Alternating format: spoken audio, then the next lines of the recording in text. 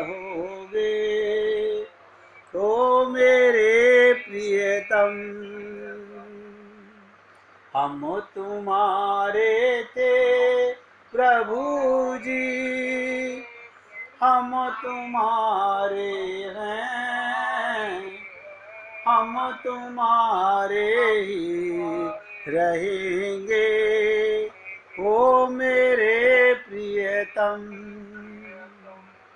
तुम हमारे थे प्रभु जी, तुम हमारे हो, तुम हमारे ही रहोगे। ओ मेरे प्रियतम, हम तुम्हारे थे प्रभु जी, हम तुम्हारे हैं, हम तुम्हारे ही रहेंगे। ओ मेरे प्रियतम। अब बहुत शांत होके सुनिएगा। अब बताइए, आप अपने को ज्ञानी मांगते हो या अज्ञानी मानते हो? अगर ज्ञानी हो तो आत्मज्ञान है तुम्हें, भगवान तुम्हारे पास है, फिर क्या पाना चाहते हो? फिर तो सब कुछ मिला हुआ है। अपने को अज्ञानी मानते नहीं, अभक्त मानते नहीं। गुरु की आवश्यकता कब होती है? जब मैं अपने को अज्ञानी मानूं। स्कूल में एडमिशन किसका कराया जाता है? अनपढ़ का। पढ़े लिखे का तो एडमिशन कराया नहीं जाता।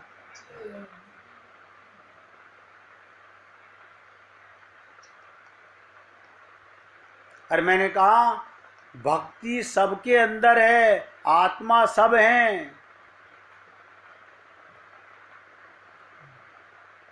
वैराग्य सबके अंदर है, लेकिन हम अपने को शरीर मानते हैं।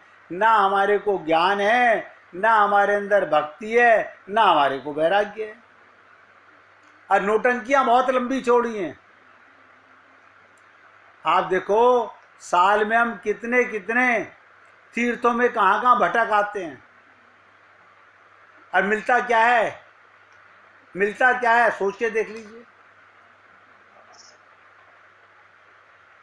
जब तक आत्मज्ञान नहीं हुआ, अगर आत्मज्ञान हो गया तो परमात्मा कदम से कदम मिलाकर साथ चलता है। हर जगह परमात्मा होता है। खाने में परमात्मा, पीने में परमात्मा, सोने में परमात्मा, नहाने में परमात्मा, जागने में परमात्मा, सत्संग सुनने में परमात्मा। ये गोपियों का प्रेम था।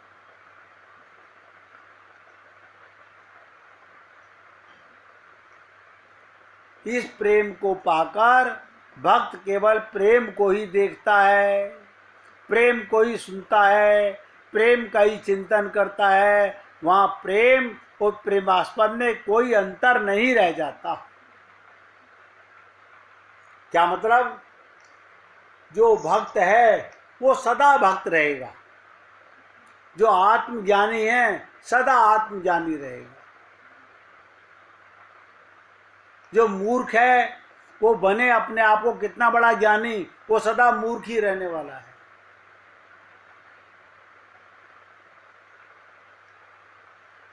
अब जो बात मैं आपको बताने जा रहा हूं,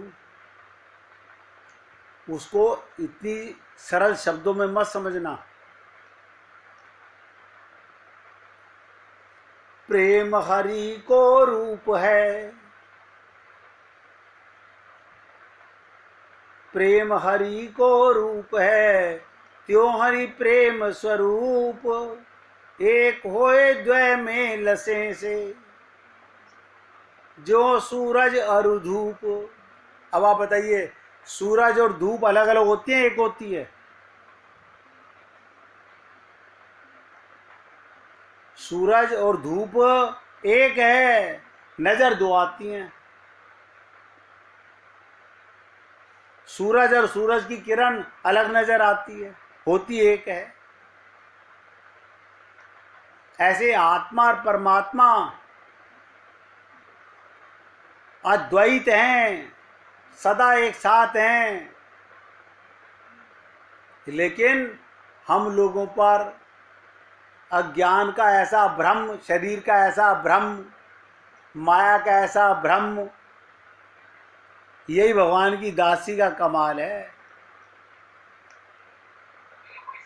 इसलिए मैंने आपसे कहा, प्रेम हरि को रूप है, त्यों हरि प्रेम स्वरूप, एक होए द्वैत से लगे, जो सूरज और धूप।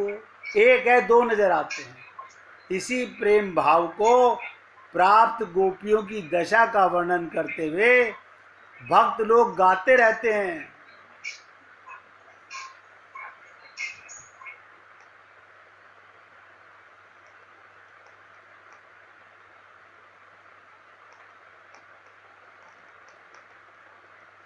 जो भक्त लोग होते हैं वो जब मुख से बोलेंगे भगवान की वाणी बोलेंगे, जब मुख में रखेंगे भगवान का प्रसाद रखेंगे, जब आलिंगन करेंगे तो भगवान का आलिंगन करेंगे।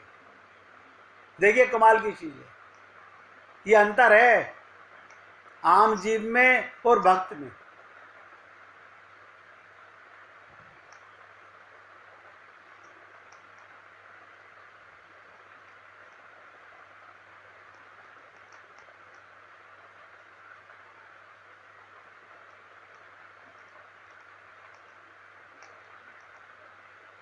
भक्त और ज्ञानी दोनों को किसी से भी बहस नहीं करनी चाहिए।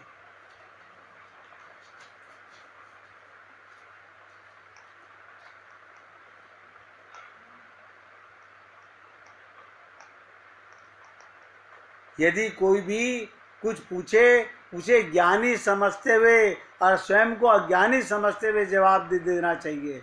जवाब देने के बाद ये विचार भी नहीं करना चाहिए कि मैंने क्या जवाब दिया, क्योंकि विचार करने से उसका परिणाम का विचार मन में उत्पन्न हो जाता है। फल का विचार ही तो बंधन का कारण है।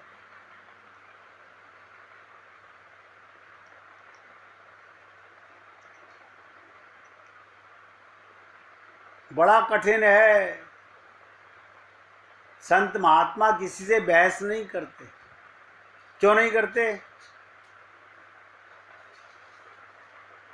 क्योंकि जानते हैं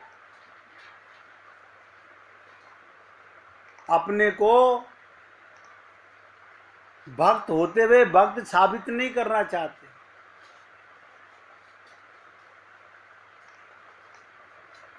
आप देखिए कुछ भक्त कवियों ने कैसे कैसे भजन बना दिए। जित देखूं तित श्याम मई है, श्याम कुंज बन जमुना श्यामा, श्याम गगन घन घटा छई है, सब रंगन में श्याम भरो है, लोग कहते ये बात नहीं है। तो भक्तों के अपने अपने तरीके हैं भगवान के प्रेम के। आप और हम लोग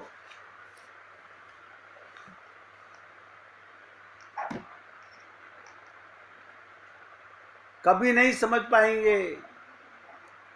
मूर्ख होने पर भी अपने को ज्ञानी मान लेते हैं।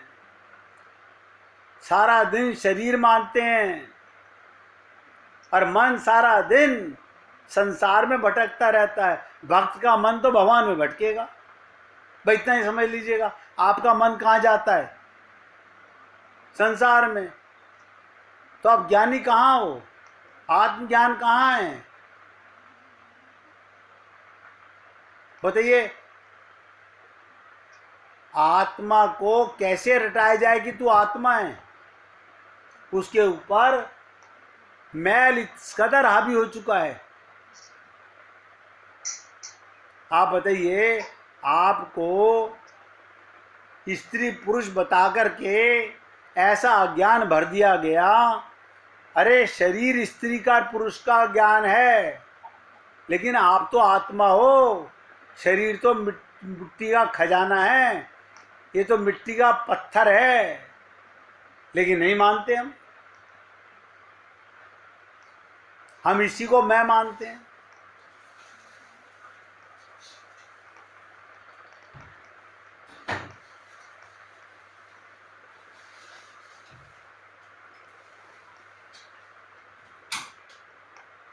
इसलिए आपसे निवेदन कर रहा हूं, अनुभव कहता है खामोशियां ही बेहतर हैं। शब्दों से लोग रूठते बहुत हैं। एक एक शब्द ध्यान दीजिएगा। अनुभव कहता है खामोशियां ही बेहतर हैं। शब्दों से लोग रूठते बहुत हैं। जिंदगी गुजर गई सबको खुश करने में। जो खुश हुए वो अपने नहीं थे, जो अपने थे वो कभी खुश हुए नहीं। कितना भी समेट लो, हाथों से फिसलना जरूर है। ये वक्त है साहब, बदलता जरूर है। इसलिए जीवन को बहुत गहराई से समझना होगा। अगर भगवत प्राप्ति करना चाहते हो,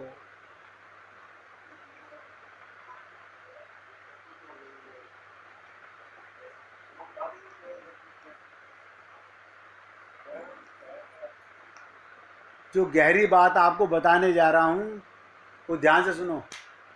शरीर और संसार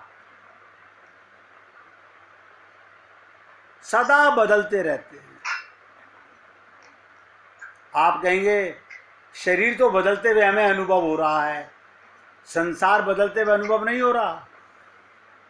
जब आप बच्चे थे तो संसार ऐसा ही था? कहोगे नहीं, तो बहुत अंतर आ गया। जिस शहर में रहते थे वो शहर वैसा ही है, जिस गली मोहल्ले में रहते थे वो वैसा ही है। नहीं, सब में अंतर आ गया। छोटी छोटी बातों से तजुर्बा ले लो। शरीर और संसार में नित्य होने वाले बदलाव हमें निरंतर संदेश दे रहे हैं कि हमें हमेशा के लिए इस संसार के साथ नहीं रह सकते। लेकिन हम हैं, कसम खा रहे हैं, हमें तो यही मरना है। यही हमें मरना नहीं है, हमें तो यही अमर होना है। अगर कोई अपना स्टैचू भी लगवा लेगा तो वो भी मिट्टी का है, ये शरीर भी मिट्टी का है। आप बताइए, ज्यादा से ज्यादा आदमी क्या करेगा?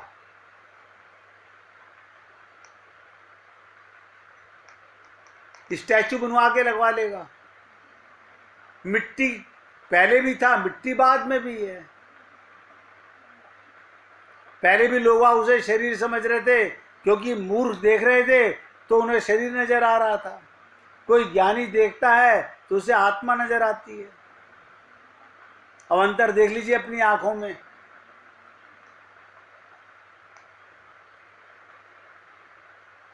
इसलिए हे पुण्य आत्माओं, कि जो आपको रोजाना नए नए दृष्टांत दे करके आत्मज्ञान की बातें बताई जा रही हैं, क्योंकि ज्ञान और भक्ति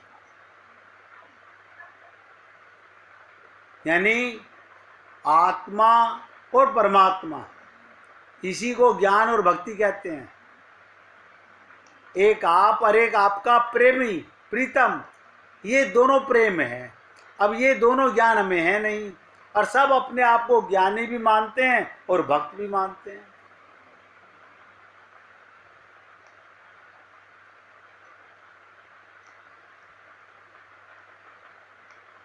आप और हम लोग छोटी छोटी बातों को पकड़ने का प्रयत्न नहीं करते। मौन साधना का मतलब भी बताया ना, चुप होना नहीं, अंदर तक शांति हो जाए, पारदर्शी हो जाए, आत्मानुभूति हो जाए। आंखें बंद करना, मुख बंद करना मौन साधना नहीं है। मन को ना भटकने देना, मन अंदर की ओर मुड़ने लगे।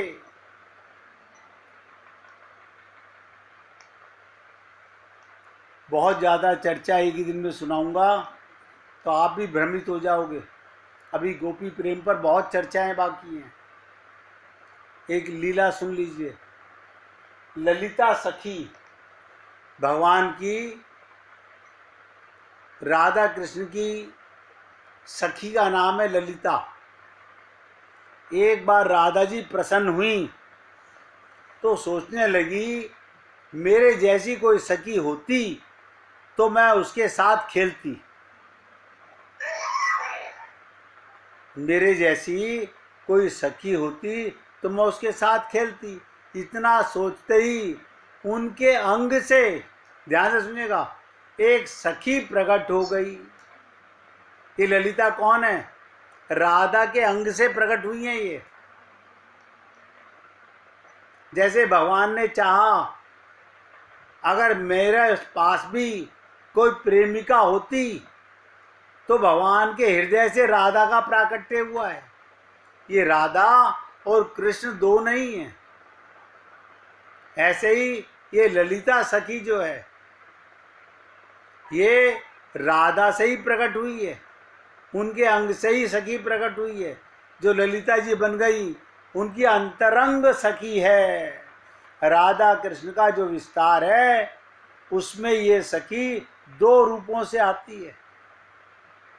पहली में ये राधा जी का पक्ष लेती हैं और जो दूसरी प्रकार की हैं वो भगवान कृष्ण का पक्ष लेती हैं। यानी जो कृष्ण का पक्ष लेती हैं वो राधा जी की आलोचना करती हैं। पर ये सब लीला है, क्योंकि उनकी दृष्टि में राधा कृष्ण एक हैं।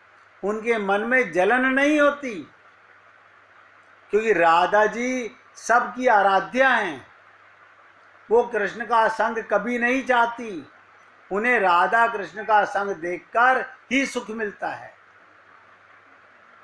यानी ललिता जी को राधा कृष्ण का संग ही सुख देता है। ऐसे त्यागमयी गोपी है, ऐसी हर गोपी का वर्णन आता है। ललिता जी सबसे प्रधान सखी हैं। अभी आपको बता चुका हूं कि राधा जी के ही अंतरंग उनके ही शरीर से प्रकट हुई हैं।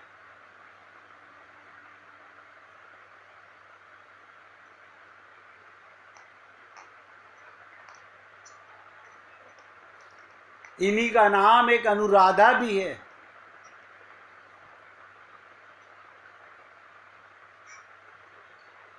संत लोग गोपी भाव पाने को तपस्या करते हैं।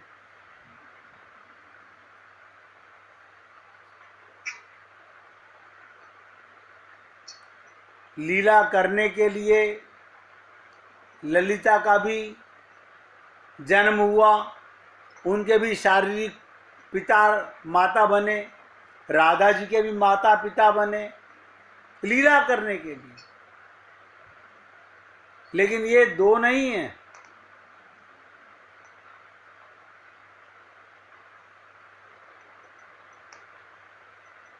इनको निकुंज की सेवा, इनकी सेवा है। ये कपूर मिश्रित ताम्र मूल फल राधा माधव को देती हैं। ये नित्य की सेवा है और हर गोपी अपनी सेवा बड़ी तन्मयता से करती है। गोपी माने जो आत्मा है वो गोपी है, वो प्रेम में भगवान की सेवा करेगी। आप और हम मूर्ति की सेवा करते हैं, ये अंतर है बस। हम मूर्ति शरीर मानते हैं तो हम मूर्ति की सेवा करते हैं। ये साक्षात राधा कृष्ण की सेवा करते हैं। जब रास लीला हुई, ध्यान से सुनेंगे, तो करोड़ों सखियां थी। ये सब सखियां करोड़ों सखियां थी। ये पूर्व जन्म के संत, वेदों की ऋचाएं, जिन्होंने भगवान से उनका साथ विहार मांगा था। तो जब रास शुरू होता है उसमें हर एक का प्रवेश नहीं था। पुरुषों का प्रवेश निषेध था। ललिता जी द्वार पर खड़ी थी। ललिता जी की आज्ञा के बिना कोई प्रवेश नहीं कर सकता था। जब भगवान शंकर आए तो ललिता जी ने मना कर दिया। तब भगवान शंकर ने कहा कि कृष्ण हमारे आराध्य हैं। ललिता जी ने कहा यहाँ रास में कृष्ण के अलावा और कोई पुरुष प्रवेश नहीं कर सकता। जब शिव जी ने उनसे रास में प्रवेश पाने की युक्ति पूछी, देखिएगा भगवान शंकर को भी ललिता जी से भी रास में प्रवेश करने की युक्ति पूछी। जब ललिता जी ने उन्हें गोपी का श्रृंगार करवाया, चोली पहनाया, कानों में कर्णफूल, घूंघट डाला, कानों में युगल मंत्र दिया, तब प्रवेश हुआ। तो कहने का अभिप्राय ललिता जी शिव जी की भी गुरु हो गई। सोचिएगा, मैं आपसे भी कहता हूं ना कि स्वयं शंकर ब्रह्मा नारद सरीखे इनके चरणों की धूल चाहते हैं, क्योंकि उन्होंने शिव जी को युगल मंत्र का उपदेश दिया था ललिता जी ने। कलयुग के अंदर हरिदास जी को ललिता का अवतार माना जाता है, वही ललिता का अवतार हैं।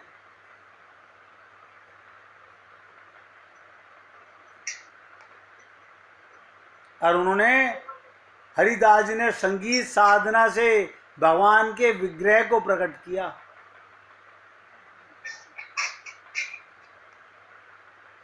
इसकी लीला हरिदास जी ने कैसे प्राकट्य किया, कैसे भगवान का प्रकट किया, ये कल सुनाऊंगा।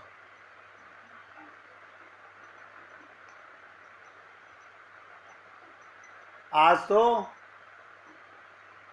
भगवान का कीर्तन कीजिए बस। हरे कृष्ण